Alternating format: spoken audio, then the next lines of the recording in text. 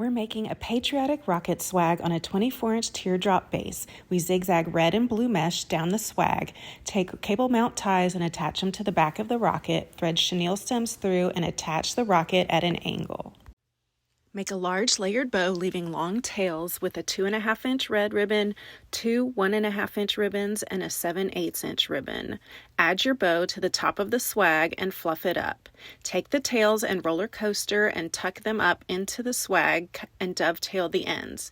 Add ribbon where needed and leave some tails hanging from the bottom of the swag. We pulled apart a fireworks spray and some patriotic star sprays and added them in for the final touch. And now you have a beautiful patriotic swag ready for patriotic season. Find your supplies at thewreathshop.com.